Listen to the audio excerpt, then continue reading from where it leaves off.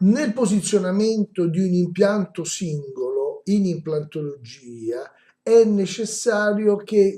vengano rispettati due elementi di grande condizionamento: uno l'estetica, l'altro l'aspetto biomeccanico. Ma affinché questi due elementi possano essere soddisfatti è richiesto che vi siano adeguati volumi ossei,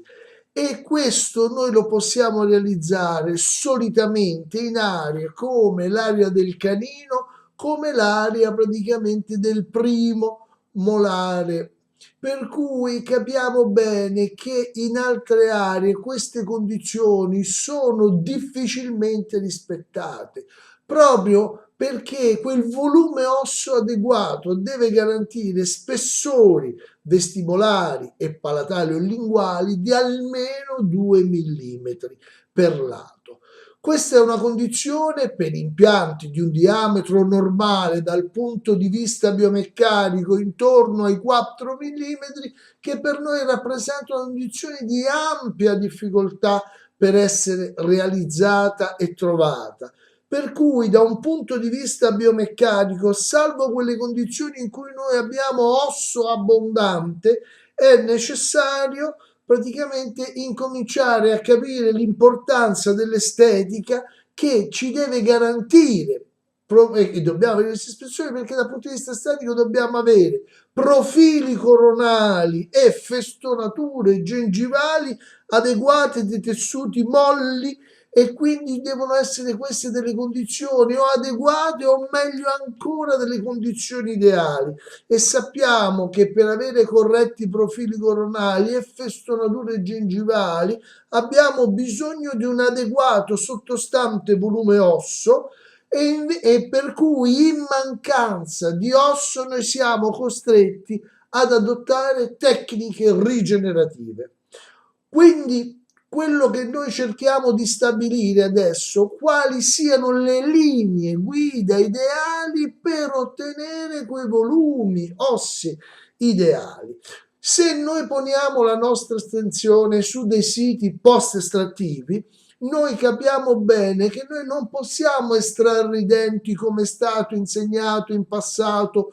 nella tecnica avulsiva che si divide in 4 fasi: la fase periotomico-sindesmotica in cui viene liberato il legamento alveolo dentale, e ben sappiamo noi che esistono ben 13 differenti tipi di fibre connettivali intorno al dente, di cui direttamente inserito al cemento radicolare ce ne sono ben 6 situate al di sopra dell'osso, quindi l'attacco connettivale per noi diventa un elemento importante nella fase estrattiva di un dente. E mentre noi in passato abbiamo sempre adottato un'estrazione classica in cui la periotomia o la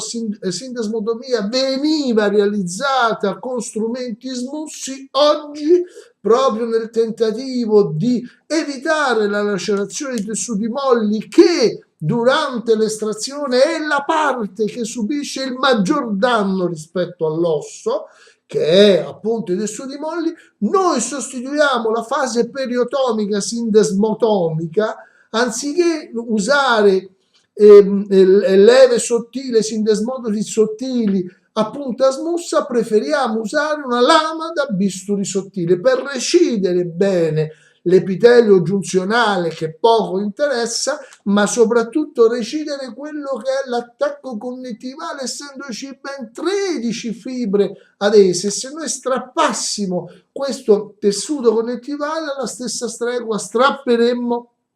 quel tessuto molle, che è il tessuto che subisce il maggior trauma praticamente durante la fase estrattiva, è quel tessuto molle a cui è adeso al periosteo, a quel periosteo che è tanto importante per dare la nutrizione all'osso corticale sottostante, e perché pochi sanno che l'80% della vascolarizzazione arteriosa dell'osso corticale è data dal periosteo, e il 100% del ritorno venoso dall'osso corticale è sempre dovuto al periosteo. Per cui nel momento in cui voi liberate, staccate il periosteo dall'osso corticale sottostante, voi state recidendo l'80% della componente vascolare e il 100% arteriosa e lo 100% della componente venosa di quel tratto di osso corticale che spesso è proprio sul lato vestibolare già troppo sottile, per cui rimuovere e strappare quel periosteo e quel tessuto molle mucoperosteo è gravissimo, per cui è necessario sostituire la sindesmotomia o periotomia con l'uso di una lama da bisturi sottile e recidere quelle fibre connettivali e assicurarsi di essere penetrati fra osso e dente e aver liberato qualunque soluzione di continuità fra periosteo e dente. Chiaro il concetto? Questo deve entrare in testa a tutti. Noi, quando ci troviamo ad estrarre un dente, che purtroppo non è altro che il frutto di un fallimento endodontico, parodontale, ortodontico e protesico, e quindi è già un fallimento di per sé, talvolta legato anche alla stretta responsabilità del paziente, dobbiamo cercare di preservare i tessuti residui, perché noi vogliamo dare nel più breve tempo possibile, con la migliore estetica possibile, rispettando la migliore biomeccanica, quella possibilità di restaurazione di quel sito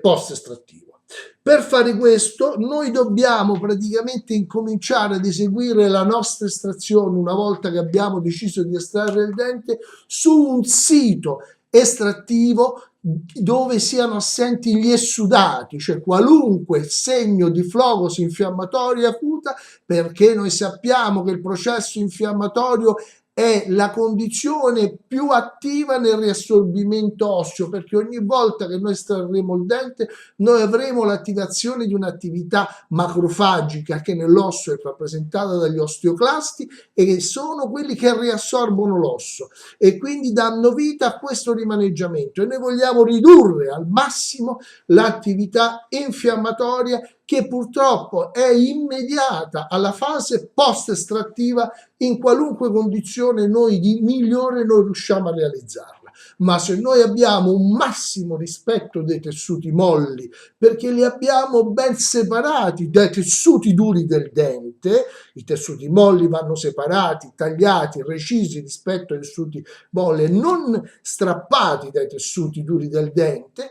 questo praticamente è un passo fondamentale che noi facciamo. La nostra estrazione deve avvenire nel modo più atraumatico possibile. Per fare questo, una volta liberata tutta la struttura parodontale molle superficiale all'intorno del dente, noi dobbiamo liberare il dente dalla lamina cribrosa o cortex alveolaris che rappresenta l'alveolo dentario. Per fare questo non usiamo le tecniche del passato, cioè la fase dell'uso delle leve e portare alla lussazione del dente per poi farne un'estrazione, ma soprattutto in zona anteriore, dove la richiesta della conservazione del sito alveolare diventa fondamentale. Ovviamente cambia un pochino nel momento in cui noi eseguiamo l'estrazione di denti pluriradicolati, ma proprio in virtù del fatto e del comportamento che noi adottiamo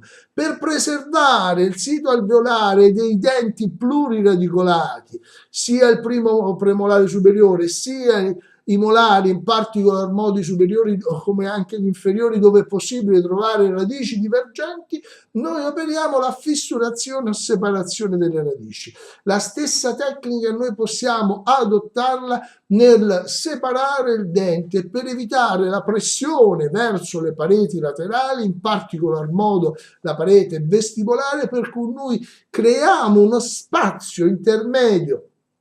fra la parte vestibolare e la parte palatale del dente, separandolo mesiodistalmente con estrema attenzione a non invadere l'osso sul lato mesiale e distale a non toccare le aree papillari, evitando ovviamente, come abbiamo detto, lo scollamento, ma solo la dissezione delle fibre parodontali, in particolar modo quelle connettivali all'intorno del dente, e creiamo, e quindi con un piccolo movimento di levo di azione a cuneo, cioè che siccome è conico penetra, questa radice palatale, un pezzo palatale può muoversi verso lo spazio che noi abbiamo creato con la fresa e rimuovere praticamente con l'aiuto di una pinza praticamente il pezzo di radice palatale. Poi potremmo rimuovere anche la parete vestibolare, ma la parete vestibolare, siccome noi poniamo tanta attenzione a preservare il tessuto molle sovrastante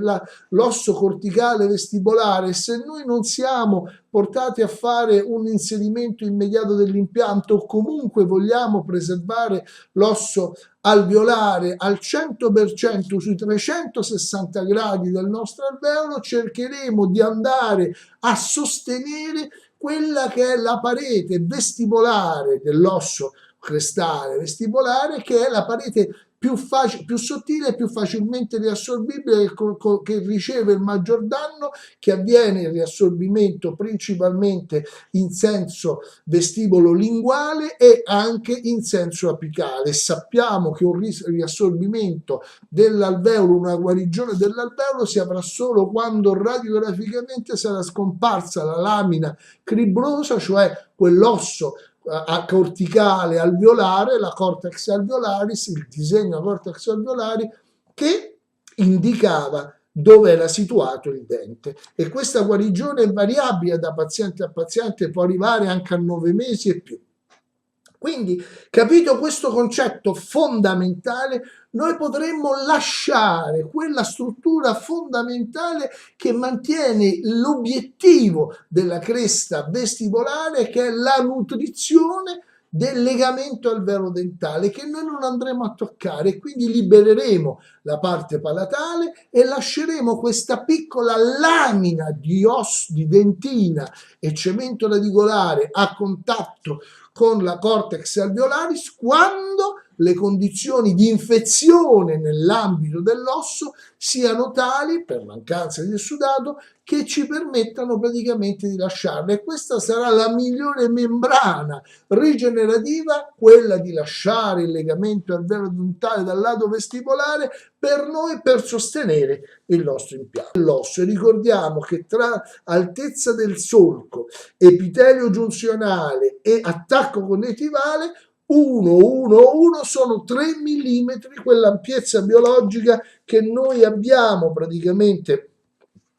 considerato importante, che intorno ad un dente naturale. Come avviene la guarigione del nostro osso, che per noi è fondamentale, la guarigione del nostro osso? Durante la fase estrattiva, molto importante, mi pare sottolineare, che sfugge a molti autori, è quella della liberare approssimalmente, mesialmente e distalmente, il nostro dente da estrarre, se ancora è presente corona.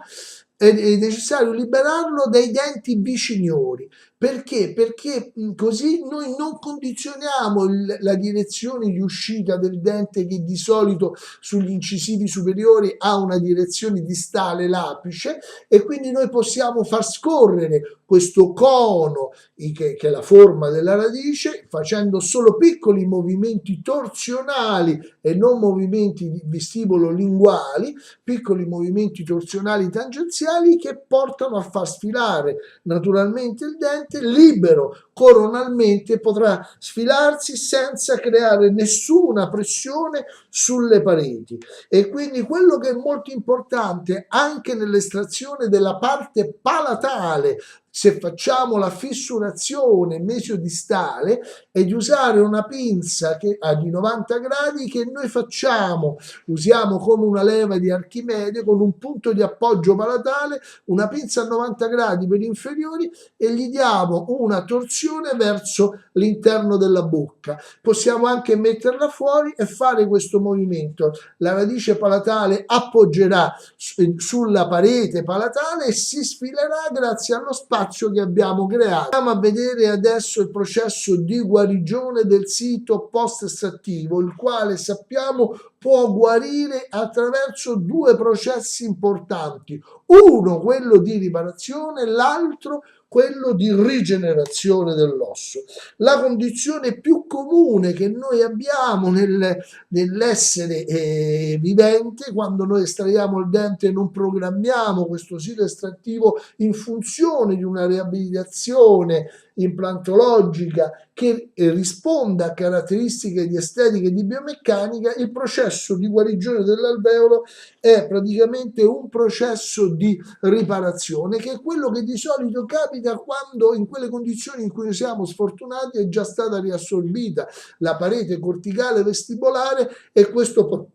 ci può dare problemi. Ricordiamo invece che però quando ci troviamo in quella condizione favorevole di un osso, di un alveolo dentale con 5 pareti, noi abbiamo la condizione ideale per la guarigione, che avviene attraverso un processo di seconda intenzione, e quindi per la guarigione praticamente dell'osso per seconda intenzione è molto simile a quella che è la guarigione per seconda intenzione di tessuti molli. Diciamo che la sequenza in entrambi i casi, sia dei tessuti molli che dei tessuti duri, segue praticamente vari processi. Uno, quello della infiammazione, poi la riepitelizzazione, poi la fibroplasia e infine il rimodellamento. Tuttavia però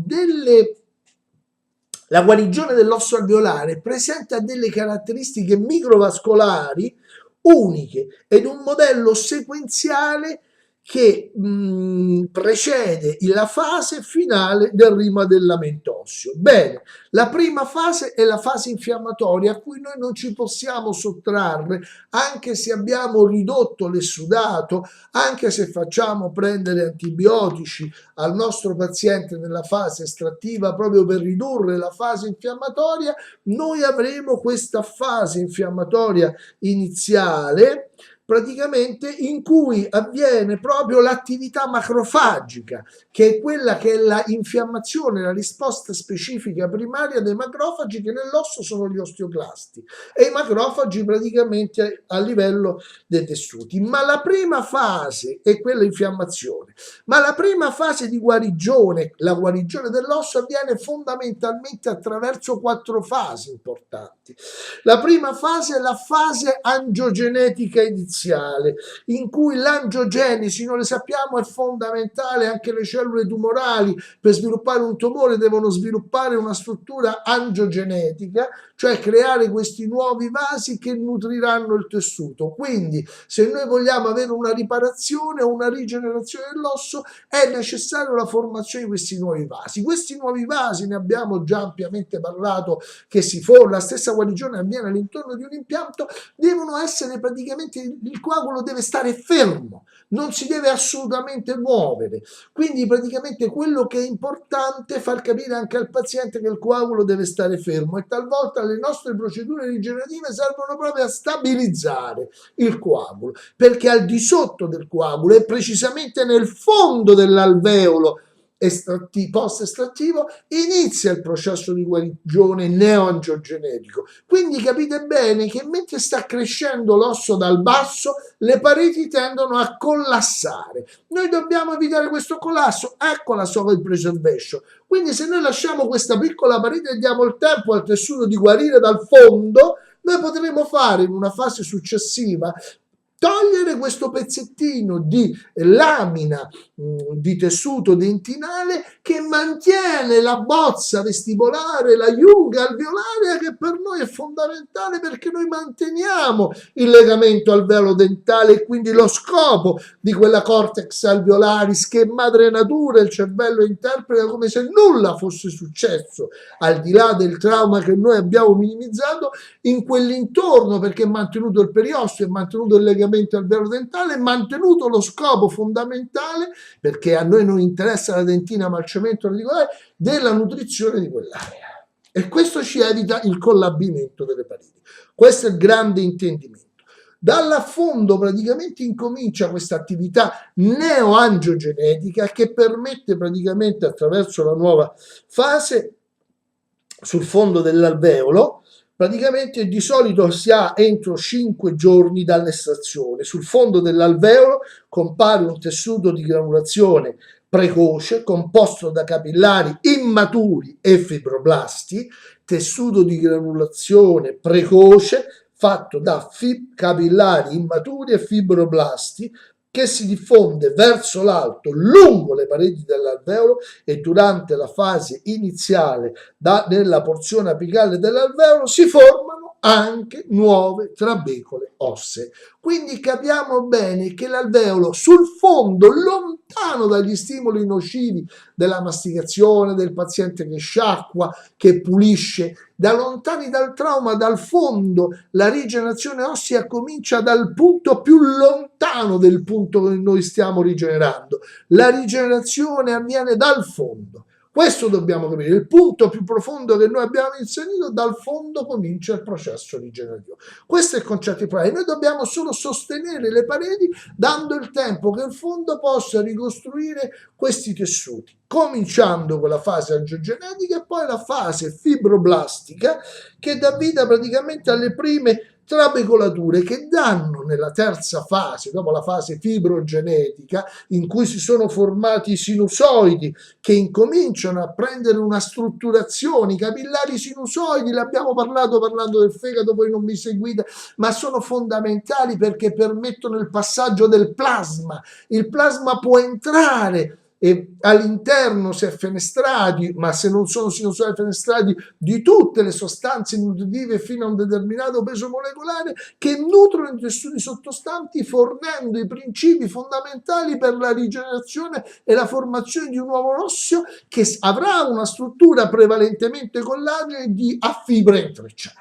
Quindi l'osso immaturo è un osso a fibre intrecciate che non ha una struttura lamellare concentrica che avverrà quando i vasi ormai strutturati all'interno della struttura fibroblastica prenderanno una loro vita, una loro consistenza all'intorno del quale si struttureranno il lamelle concentrico, gli osteocidi per passare da osso immaturo a osso maturo. Quindi dopo una fase iniziale di infiammazione che deve essere ridotta al massimo, abbiamo la formazione del coagulo stabile, la fase neoangiogenetica, la fase fibrogenetica con vasi e fibroblasti, la fase delle prime trabecolature ossee, la posizione di tessuto collagene a fibre intrecciate per osso non maturo o immaturo a fibre intrecciate, e a questo punto si forma una schema reticolare tridimensionale dell'osso intrecciato. È stato osservato che durante questo periodo l'osso corticale sulla cresta marginale dell'alveolo comincia a riassorbirsi. Che fa? È come se il sistema crollasse per dare nutrimento al sostegno sottostante. Se noi manteniamo l'informazione, quell'osso rimane e noi ce lo troveremo maturo e troveremo osso che ricresce mantenendo i volumi. E la fase di questa crescita ossea inizia intorno alla quarta, quinta settimana dopo l'estrazione. Le trabecole di nuovo osso che si formano sulle pareti nella regione apicale si spessiscono e riempiono i 2/3 apicali dell'alveolo. Il centro dell'alveolo è ancora costituito da osso intrecciato perché l'ossificazione si verifica su fibre collagene formate casualmente, da cui deriva l'aspetto attorcigliato. L'osso lamellare più organizzato a fibre concentriche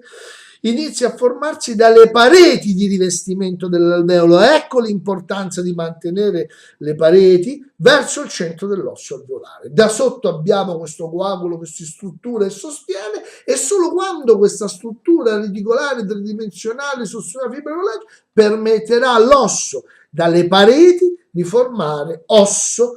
di tipo lamellare a fibre concentriche. La fase dell'organizzazione Si avviene quindi, impiega circa 6 settimane, un mese e mezzo dopo l'estrazione, e le trabecole di osso primario si rimodellano per formare una spongiosa secondaria più spessa. Questo processo inizia sempre dall'apice dell'alveolo estrattivo. La durata di queste 4 fasi può variare da individuo a individuo e il segno clinico che la rigenerazione alveolare è completata sia quando la lamina dura radiografica che corrisponde alla lamina cribrosa, la cortex alveolare, non è più presente all'esame radiografico. Questo periodo con cui avviene questo riassorbimento richiede tempi da 3 a 6 mesi, in funzione della dimensione del dente, del numero delle radici e del trauma estrattivo che noi abbiamo seguito. Con questo spero di aver chiarito ai più quanto sia più importante mantenere l'integrità delle pareti vestibolari, eseguire un'estrazione automatica, mantenere contrapposto alla parete vestibolare quel legamento al velo dentale e garantire bene, avendolo grattato, liberato, pulito da qualunque segno di infiammazione, il fondo dell'alveolo, perché in fondo all'alveolo che comincia il processo di rigenerazione prima con la stabilizzazione del coagulo, poi con la formazione dell'angiogenesi dei vasi, sempre in assenza di infiammazione, poi il momento fibrogenetico in cui c'è la formazione di fibroblasti e dei sinusoidi. A questo momento c'è la nutrizione, una struttura trabecolare a fibre intrecciate, per poi formarsi osso trabecolare praticamente lamellare a fibre concentriche all'intorno dei sinusoidi che sono partiti dai vasi, ma questa crescita che avviene di tipo non lamellare dal fondo avverrà in modo lamellare concentrico dalle pareti che noi dobbiamo conservare, se no il nostro alveolo collasserà e il collassamento e il collabimento delle pareti creerà poi problemi della chirurgia implantare post-estrattiva, anche procrastinata a 6 settimane. Noi di solito dovremmo procrastinare i nostri interventi di implantologia post-estrattiva a 6 settimane almeno dal momento dell'estrazione automatica, avendo soltanto stabilizzato il coagulo e avendo mantenuto la parete vestibolare, che potremo estrarre quel livello di dentina minima, spostare con dei piccoli espansori il nostro osso che si è formato sul centro e sulle pareti e chiudere il nostro impianto avendo dei processi di guarigione ideali. Grazie per l'attenzione, spero di aver risposto a chi si ponesse questa domanda.